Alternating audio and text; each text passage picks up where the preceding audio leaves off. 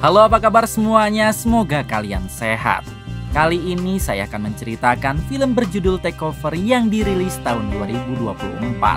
Karena film ini sangat seru, kita gaskeun saja ke ceritanya.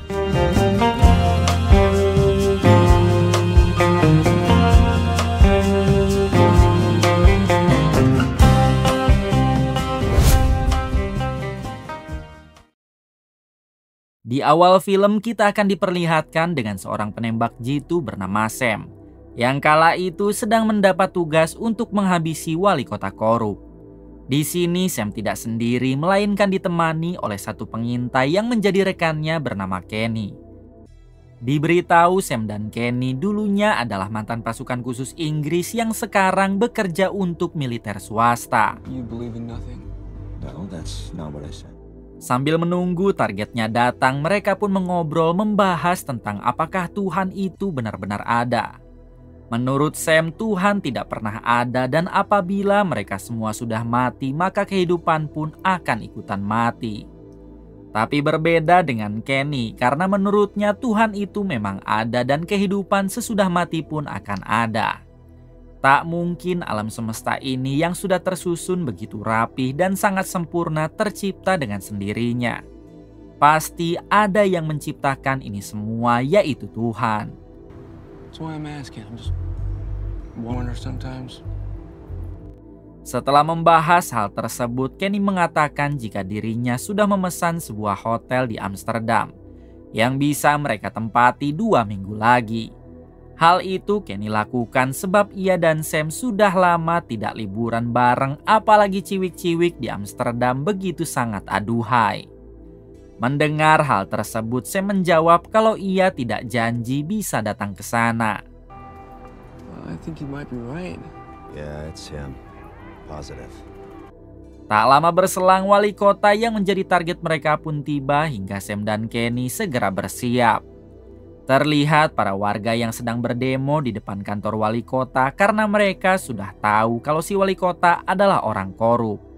Ditambah ia juga menjalankan bisnis senjata ilegal. Namun di depan para warganya sendiri, si wali kota malah bermesraan dengan sang istri tanpa peduli kepada rakyatnya. Kemudian saat Sam akan menembak si wali kota, istrinya malah tak sengaja melihat ke arah Sam. Hingga dengan cepat ia pun melindunginya. Winning personality, don't you?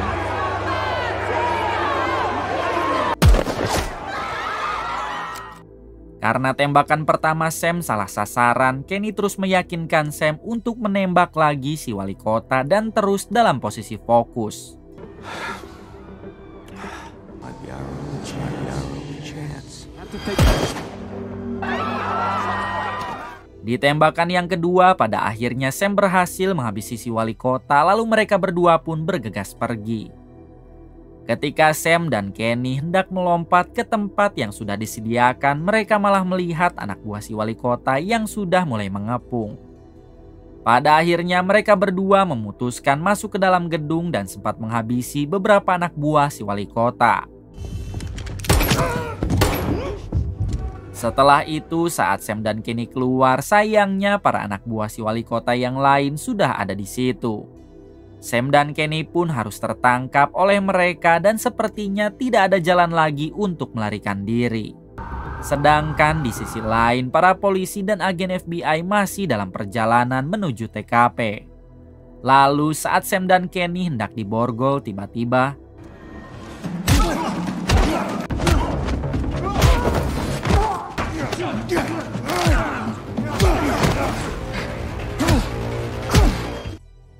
setelah melumpuhkan para anak buah si wali kota, Sam dan Kenny berlari ke arah barat, lalu terjun dari atas hingga masuk ke dalam mobil pengangkut sampah.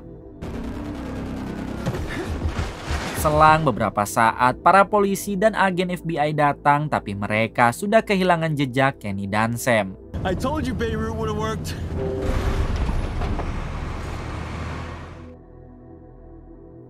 Singkatnya, Sam dan Kenny sekarang sudah berada di dalam pesawat untuk pulang ke negaranya, yaitu Inggris.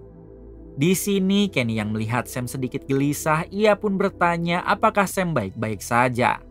Sam menjawab kalau hatinya mengalami guncangan karena tadi Sam sempat salah menembak target. Mendengar hal itu, Kenny terus mencoba menenangkan Sam dan menyuruh Sam untuk melupakan kejadian tersebut. Menurut Kenny, si wali kota dan istrinya sama-sama orang jahat yang memang pantas untuk dihabisi. It was a good kill, Sam. So you keep saying. Maybe she didn't.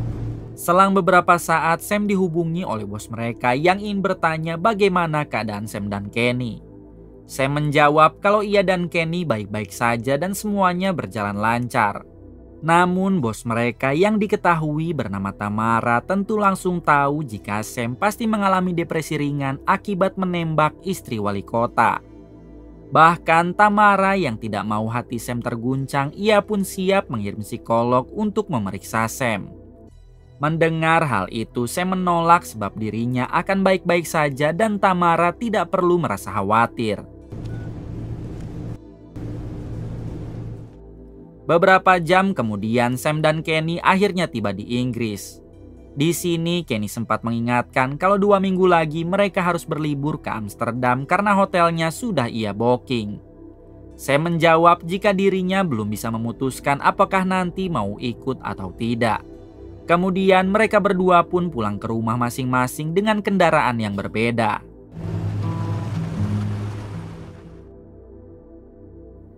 Di hari-hari selanjutnya memperlihatkan Sam yang tengah jogging di tengah hutan karena ternyata rumah Sam juga ada di tengah hutan. Lalu Sam menghabiskan waktunya dengan bekerja ringan seperti memotong kayu dan lain sebagainya.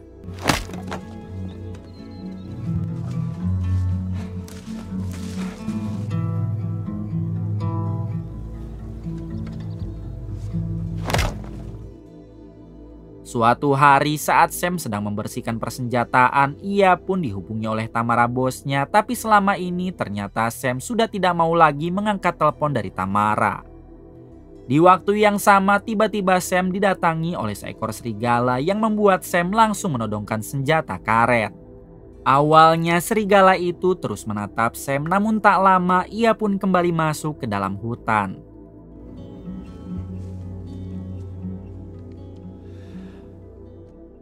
Beberapa menit kemudian Tamara terus saja menghubungi Sam hingga Sam yang merasa risih, ia pun akhirnya mau mengangkat panggilan tersebut. Ternyata Tamara ingin melakukan pertemuan dengan Sam di negara Belanda, tepatnya di kota Amsterdam. Setelah berteleponan dengan Tamara, Sam pun tiba-tiba teringat dengan Kenny yang sekarang sedang berlibur di kota Amsterdam.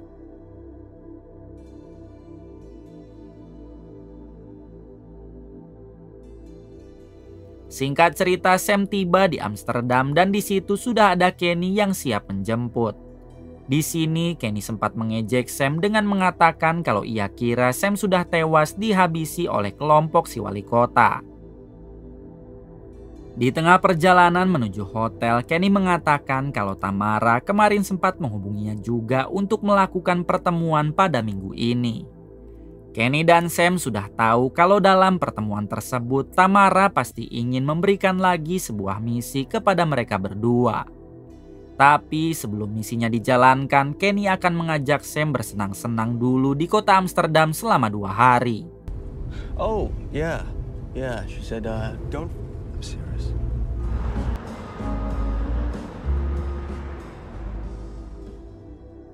Setibanya di hotel yang dimaksud, Sam dan Kenny langsung disambut oleh manajer hotel. Lalu si manajer membawa mereka berdua menuju kamar paling atas yang sudah lama di-booking oleh Kenny. Ternyata kamar itu begitu sangat besar dengan pemandangan indah kota Amsterdam. Bahkan untuk tempat tidurnya saja terbuat dari sutra hingga Sam bertanya kenapa Kenny tiba-tiba membooking hotel semewah ini. Kenny menjawab kalau sebenarnya hotel ini sudah dibayar oleh bos mereka yaitu Tamara. Kemudian saat manajer hendak membuka tirai kaca, Sam pun meminta si manajer agar menutupnya saja. Si manajer mengatakan kalau pemandangan sunset di luar akan begitu indah, tapi Sam tetap mau tirainya ditutup. Rupanya Sam masih dalam mode waspada karena siapa tahu kelompok si wali kota masih mengincar mereka. All right, come on. Let's have it. Setelah si manajer pergi, Sam akhirnya mengungkapkan jika di pertemuan nanti ia tidak mau lagi menerima misi dari Tamara. Sebab Sam akan memutuskan untuk pensiun. Mendengar hal itu, tentu Kenny sedikit kesal karena menurut Kenny, Sam adalah partnernya yang paling pas. Kenny juga memohon agar Sam memikirkan dulu keputusannya tersebut sebelum benar-benar pensiun. Sam mengatakan jika kematian istri wali kota masih menghantuinya. Ditambah Sam juga yakin walaupun tanpa dirinya, Kenny masih bisa menjadi sniper atau pengintai yang hebat. Pada akhirnya Kenny pun menghargai keputusan Sam. Bahkan sekarang ia juga akan memikirkan apakah dirinya ikut pensiun atau tidak. Selang beberapa saat, mereka kedatangan 2 orang wanita cantik yang sengaja diundang Kenny untuk memijat mereka. Come on up. Wait, Too hot, chick. We might as well enjoy ourselves, right? Singkatnya, Kenny langsung dalam posisi rebahan sementara Sam tidak mau dipijat dan ia cuma hanya ingin mengobrol. Lalu Sam bertanya kepada 2 gadis itu siapa nama mereka dan dari mana asalnya. Ternyata wanita yang berbaju kuning bernama Lily dan ia berasal dari Ukraina.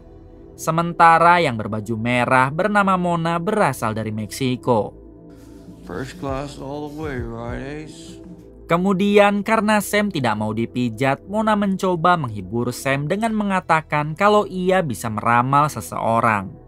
Sontak Sam pun iseng ingin diramal oleh Mona mengenai isi hatinya sekarang. Mona mengatakan kalau Sam adalah pria tangguh, bahkan Sam akan hidup lebih lama daripada mereka bertiga. Bukan hanya itu, Mona juga menjelaskan kalau Sam mempunyai iman yang tinggi serta sangat percaya kepada Tuhan. Mendengar hal tersebut, Kenny pun langsung tertawa karena selama ini Sam mengaku ia tidak percaya kepada Tuhan. just you wait. You don't like to stay in one place? Kemudian Kenny mengatakan apabila Mona mempunyai bola kristal seperti para peramal lainnya, maka ia akan memberikan tips $100. Ternyata Mona langsung bergegas mengambil bola kristalnya yang membuat Kenny dan Sam sangat terhibur. Namun pada akhirnya Mona mengaku kalau bola kristal ini adalah bola kristal palsu untuk alat peraga.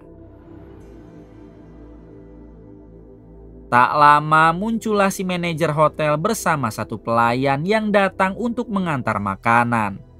Di sini si manajer malah kembali membuka tirai kaca karena menurutnya pemandangan malam hari akan begitu sangat indah.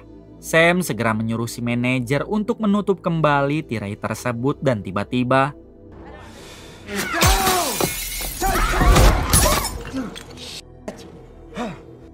semua orang tampak panik dan kaget, terutama Lily dan Mona. Lalu saat Sam hendak menutup tirai kaca menggunakan remote, ternyata pelayan wanita tadi langsung menyerang Sam.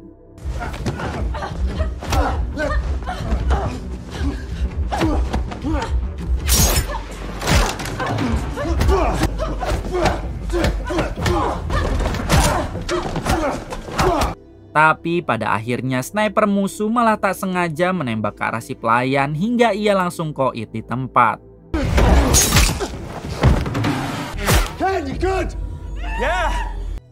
Setelah itu giliran si manajer yang tiba-tiba menyerang Sam dan terjadilah perduelan di antara mereka.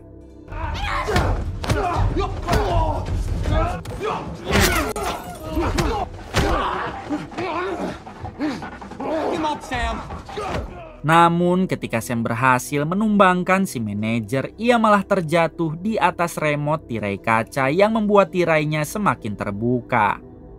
Kemudian Sam dan yang lain saling bertanya mengenai di mana ponsel mereka masing-masing karena mereka harus cepat meminta bantuan. It's in the safe in the bedroom. Setelah saling ditanyai, ternyata ponsel Lililah yang paling bisa dijangkau. Hingga Kenny pun berusaha mengambil ponsel tersebut walaupun beberapa kali ia sempat hampir tertembak. I got it. Come on. Bersamaan dengan itu, Lily yang mengalami syok berat, ia pun tiba-tiba berdiri dan hampir saja terkena tembakan. Dengan segera Sam menenangkan Lily dengan mengatakan kalau semuanya akan baik-baik saja. Kemudian Sam menyuruh Kenny untuk menghubungi Tamara, bos mereka, sebab Tamara lah yang hanya bisa membantu. Saat ponselnya terhubung dengan Tamara, Kenny langsung menjelaskan tentang kondisi mereka saat ini yang terus saja diserang oleh sniper musuh. Tamara pun bertanya siapa yang sudah berani mengincar mereka. Kenny menjawab mungkin semua ini adalah ulah kelompok si wali kota yang 2 minggu lalu mereka habisi. Pada akhirnya Tamara menyuruh mereka untuk bersabar sebab dalam 20 menit anak buahnya akan mencoba mengincar sniper musuh tersebut. You heard the lady, kids. Why are they trying to kill you? I have a daughter. Yeah, you're gonna see her again. Trust me. Selang beberapa saat, Sam tiba-tiba diserang oleh si manajer hotel yang ternyata masih hidup. Beruntung dalam aksi itu, Kenny dapat membantu Sam sampai Kenny berhasil melemparkan si manajer keluar hotel.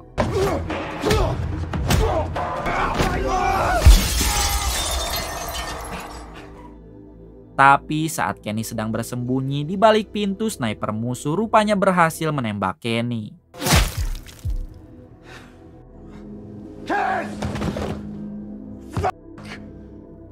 10 menit kemudian Sam mendapat panggilan dari Tamara yang meminta Sam untuk keluar sebab anak buahnya sudah menumbangkan sniper musuh. Untuk mengkonfirmasinya, Sam diminta melihat ke arah barat dan anak buah Tamara akan memberikan kode ke Dipan Cahaya. Setelah mendapatkan konfirmasi itu, Sam pun akhirnya lega sebab kini mereka bisa keluar dari dalam hotel dengan selamat. Namun sebelum Sam beranjak, Mona mengingatkan agar Sam selalu waspada hingga saat Sam melihat ke arah jendela tiba-tiba The target and the bullet.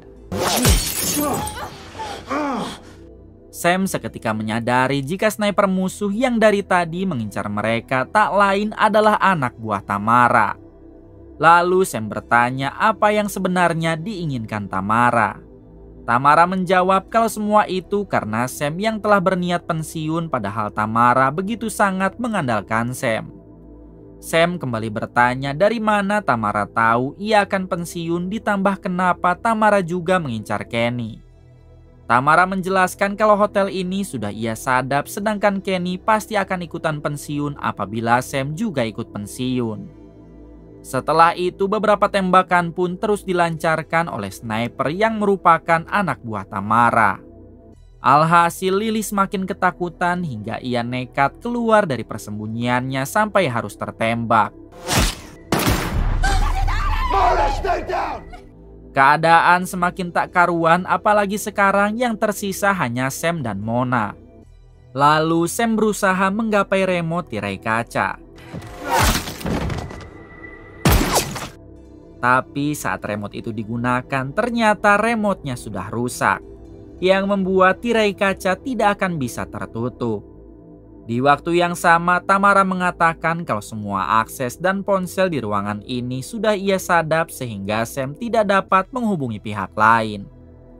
Sam yang sadar Tamara juga sedang mengawasinya lewat CCTV kamar, dengan segera Sam menghancurkan CCTV tersebut.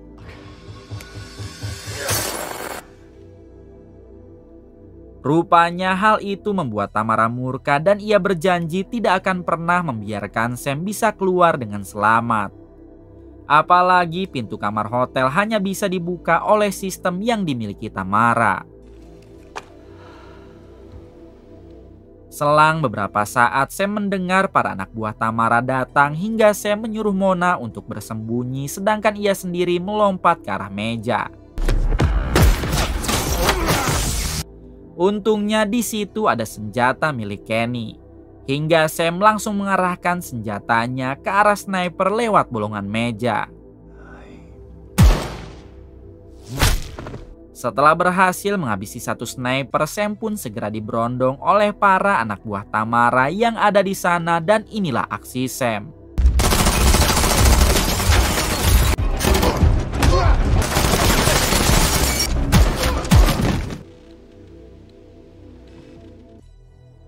Satu anak buah Tamara yang tersisa berhasil menyandra Mona yang membuat Sam akhirnya menyerah. Ketika Sam akan menjatuhkan senjatanya, tiba-tiba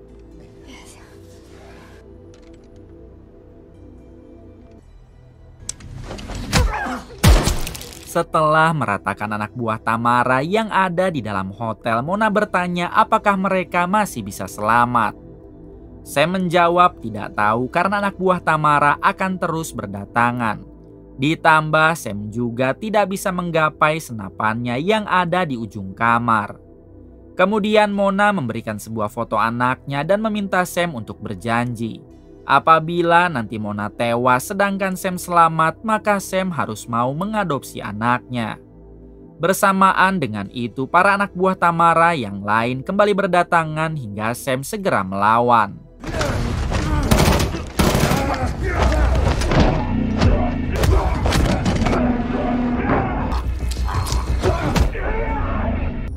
Setelah cukup lama bertarung, Sam pun pada akhirnya mampu meratakannya.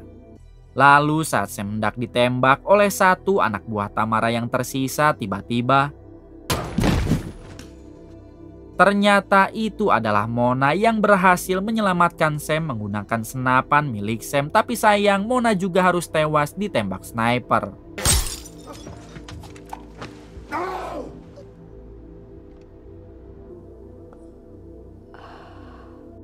Kemudian Sam mengambil senapannya yang tergeletak dan inilah yang dilakukan Sam.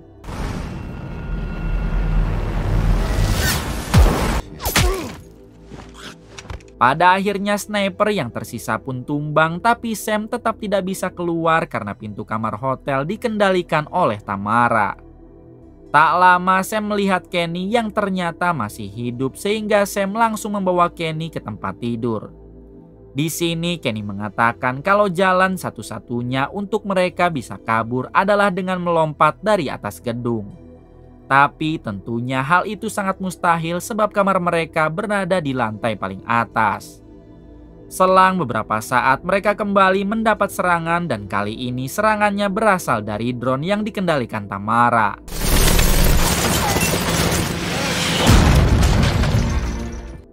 Beberapa kali Sam menembak drone tersebut tapi ternyata drone-nya begitu sangat kuat.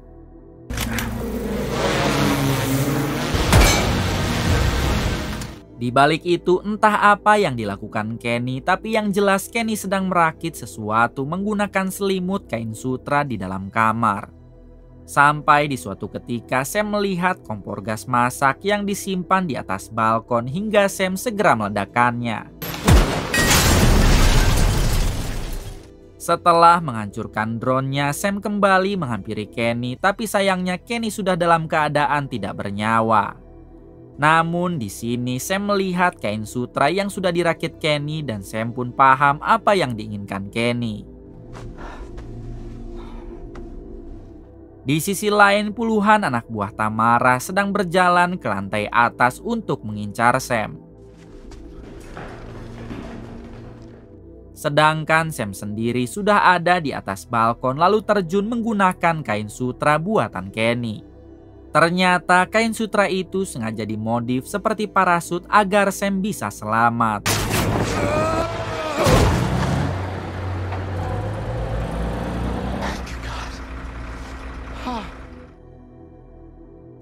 Beberapa bulan kemudian adegan berpindah ke negara Dubai. Lalu memperlihatkan Tamara yang sedang bersantai sambil berteleponan dengan seseorang. Ternyata orang yang menelponnya adalah Sam yang kini akan balas dendam kepada Tamara. Dengan santai Tamara mengatakan jika Sam tidak akan pernah bisa menemukannya. Apalagi Tamara sudah pindah dari negara asalnya. Namun Sam menjawab jika dirinya sudah tahu kalau Tamara berada di negara Dubai. Sontak Tamara langsung menjadi takut lalu bergegas pergi meninggalkan bandara dengan masih berteleponan bersama Sam. Ketika Tamara berada di dekat toilet, tampak seorang bocil sedang bermain game lalu memindahkan papan toilet. Be up close and personal, you know, look him in the eye. Believe in God? Setelah itu Tamara pun mematikan ponselnya sambil berkata jika Sam tidak mungkin bisa menghabisinya. Lalu Tamara meminta anak buahnya untuk terus waspada. Sedangkan dirinya akan sebentar karena sudah sedikit kecepirit. Di waktu yang sama datanglah seorang OB yang masuk ke dalam toilet dan tentunya itu adalah Sam. Mendengar suara tembakan, dua anak buah Tamara segera masuk ke dalam, lalu tembakan pun kembali terdengar. Artinya sekarang Sam sudah berhasil menghabisi Tamara beserta dua anak buahnya. Setelah itu Sam keluar dan langsung membawa si bocil pergi. Rupanya si bocil ini adalah anak kandungnya Mona yang kini sudah resmi menjadi anaknya Sam. Kemudian film pun tamat. Kisah yang dapat kita ambil dari film ini salah satunya adalah jangan pernah mau berurusan dengan wali kota, karena ditakutkan seperti di film ini. Apalagi di negara Konoha hukumnya bisa dibilang lucu, jadi sebaiknya berhati-hatilah. Terima kasih yang telah menonton hingga akhir, semoga kalian semua diberikan kesehatan dan rezeki yang berlimpah.